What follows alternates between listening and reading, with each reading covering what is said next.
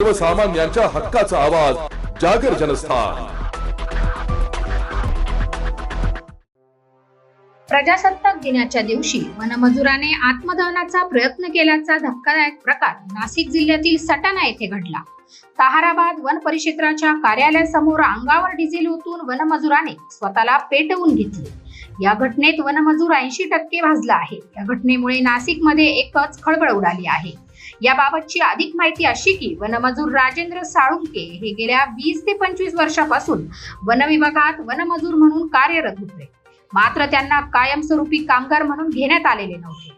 त्यामुळे वनमजुराने वरिष्ठांच्या जाचाला कंटाळून प्रजासत्ताक दिनाच्या दिवशी अंगावर डिझेल ओतून घेत स्वतःला पेटवून घेत आत्मदहनाचा प्रयत्न केला। वनमजुरांच्या निकटवर्तीयांचा आरोप, वन विभागातील वनपाल सागर पाटील यांच्याकडून वनमजुरापेक्षा कमी वेतन त्यांना दिले जायचे असा आरोप साळुंके यांच्या निकटवर्तीयांनी केला आहे। दरम्यान 80% भाजलेल्या वनमजूर साळुंके यांना नाशिक येथे उपचारासाठी हलवण्यात आले आहे। या घटनेनंतर वनपाल सागर पाटील यांच्यावर कारवाई करावी, अन्यथा तीव्र आंदोलन छेडले जाईल असा इशारा स्थानिक नागरिकांनी दिला आहे।